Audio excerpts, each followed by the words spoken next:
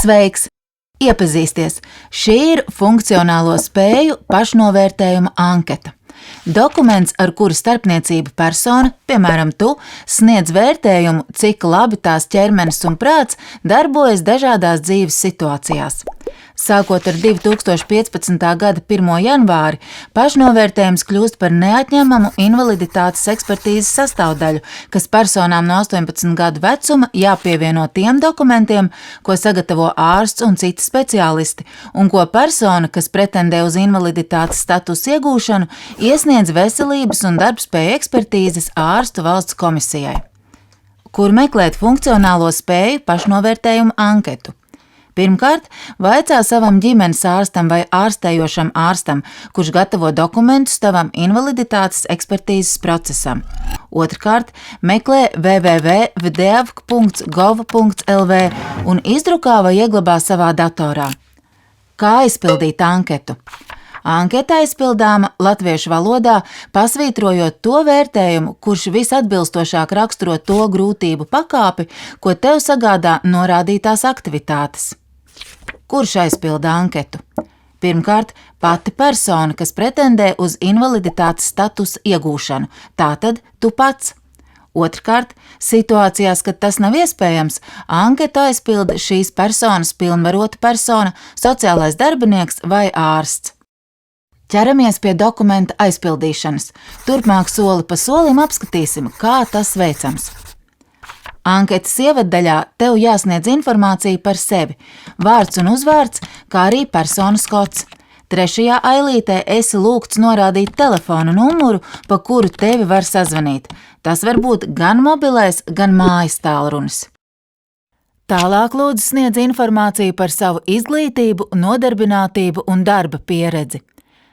Ceturtajā ailītē ieraksti, kādu izglītību esi ieguvis, piemēram, pamatskolas izglītību, vidusskolas izglītību, profesionālās vidusskolas izglītību, augstāko izglītību. Piektajā ailītē norādi, kur strādā un kāds ir tavs amats. Ja šajā punktā norādīto darbu strādā mazāk par 3 gadiem vai nestrādā vispār, tad 6. ailītē ieraksti visus darbus, ko pēdējo 3 gadu laikā esi strādājis. Norāda arī to, cik ilgi katru no tiem esi strādājis. Turpinām aizpildīt dokumentu. Esam nokļuvuši pie otrās daļas – funkcionālo spēju pašnovērtējuma anketas. Šajā anketā uzdoti 19 jautājumi par grūtībām saistībā ar tavu fiziskās un garīgās veselības stāvokli. Atbildi uz šiem jautājumiem apsverot, cik lielas grūtības tev sagādā katra no zemāk minētajām aktivitātēm. Ja nepieciešams un uzskati, ka ir būtiski, komentāru ailē var ierakstīt stāvokli precizējošus vai raksturojošus datus. Vispirms tu esi aicināts izvērtēt to, cik grūti vai viegli tev ir uztvert un saprast informāciju, kā arī sazināties jeb komunicēt ar citiem cilvēkiem. Pirmajā jautājumā tev jādomā par koncentrēšanos kādam darbam – lasīšanai, rakstīšanai, mūzikas instrumentu spēlēšanai uz 10 minūtēm. Ja nav nekādu grūtību, pasvītro atbildi nekādas. Ja grūtības ir nelielas, tad pasvītro nelielas un tā tālāk. Ja koncentrēties kādam darbam uz 10 minūtēm ir ļoti grūti vai neiespējami, pasvītro atbildi ļoti lielas vai pilnīgi nespēja. Otrajā jautājumā jādomā par ikdienā svarīgām lietām un to atcerēšanos, ja nepieciešams, izmantojot arī piezīmju grāmatiņu. Trešajā jautājumā izvērtē, kā tu atklāji un risini sarežģījumus un grūtības, ar kurām sastopies ikdienā. Piemēram, tev sāp zobs vai ir aizdambējusies izlietne virtuvē. Kā tu meklē risinājumu un cik lielas ir tavas grūtības atrast vislabāko risinājumu, lai problēmu atrisinātu. Ceturtais jautājums saistīts ar to, cik viegli tu apgūsti jaunu informāciju un cik daudz palīdzības un atkārtojumu nepieciešams, lai tu iemācītos ko jaunu. 5. jautājumā lūdzu izvērtē, vai spēj saprast runu arī tad, ja tā ir ātra, ja apkārt ir fona troksnis vai vienlaicīgi runā vairāki cilvēki.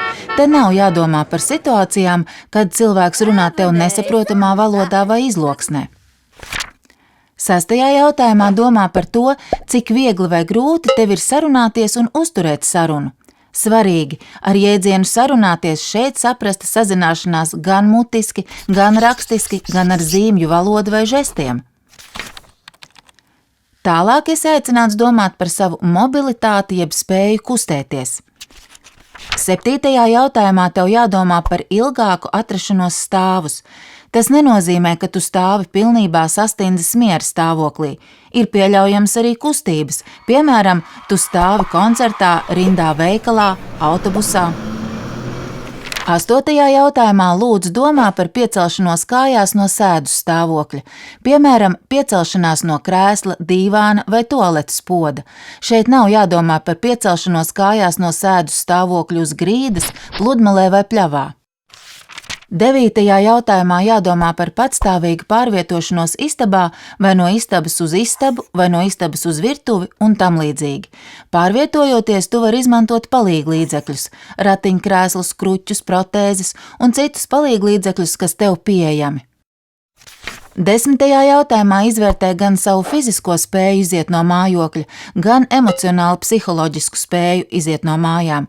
Piemēram, iziešanu no mājas var apgrūtināt nevien kustību traucējumu, bet arī trauksme un bailes, nomāktība un nevēlēšanās satikt citus cilvēkus. 11. jautājumā domā par to, cik viegli vai grūti tev ir noiet 200 metrus, pārvietojoties pa līdzenu virsmu, trotuāru, asfaltu, gludu ceļu.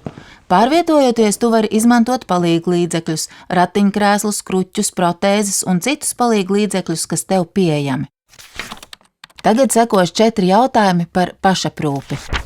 12. jautājumā jādomā par ķermeņa mazgāšanu bez citu cilvēku palīdzības, bet pieļaujot palīglīdzekļu, piemēram, soliņa, rokturu, švammes garā kātā un citu palīglīdzekļu izmantošanu.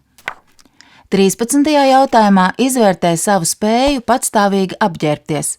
Vai izdodas paņemt drēbes no skapja, noņemt tās no pakaramā, uzvilkt un aizdarīt pogas vai rāvēslēdzēju? 14. jautājumā domā par to, vai spēj paņemt ēdienu no šķīvja, vai var ievietot to mutē, košļāt, padzerties. Šajā jautājumā nav jādomā par ēdiena gatavošanu. 15. jautājumā izvērtē, cik lielas ir tavas grūtības palikt vienam ilgāku laiku, iztiekot bez citu palīdzības. Šeit domā par to, vai spēj dzīvot patstāvīgi, ēst, dzert, pārvietoties un apzināties briesmas. Turpmākie 2 jautājumi palīdzēs izvērtēt, cik labi var saprasties ar citiem cilvēkiem. 16. jautājumā lūdzu izvērtēt to, cik viegli vai grūti ir izveidot un uzturēt kontaktu un panākt vēlamo rezultātu, piemēram, uzrunāt un uzturēt sarunu ar pārdevēju veikalā, darbinieku sadzīves pakalpojumu punktā, pastā un citviet, lai saņemtu vajadzīgo preci vai pakalpojumu. 17. jautājumā domā par to, cik labi izdodas saprasties un uzturēt attiecības ar tev tuvākajiem cilvēkiem, radiniekiem, kaimiņiem, draugiem. Pēdējie 2 jautājumi palīdzēs tev izvērtēt spēju darboties mājās un darbā. 18. jautājumā lūdzu domā par mājas tīrīšanu, veļas mazgāšanu, mājsaimniecības ierīču lietošanu. 19. jautājumā izvērtē, vai tev ir grūtības ar darba uzdevumu veikšanu nepieciešamajā un atbilstošajā apjomā, kvalitātē un laikā. Ja tu nestrādā, lūdzu neatbild uz šo jautājumu, atstāj ailītes tukšas. Ja vēlies sniegt komentārus un citu svarīgu informāciju, kas nav iekļauta anketas jautājumos, bet varētu būt nozīmīga invaliditātes ekspertīzes procesā, noteikti dari to, izmantojot ailītes, kas atrodas zemāk. Anketu noslēdz tavs paraksts un apliecinājums, ka informācija, kuru esi sniedzis anketā, ir pareiza un precīza. Norādi arī datumu, kurā anketa aizpildīta.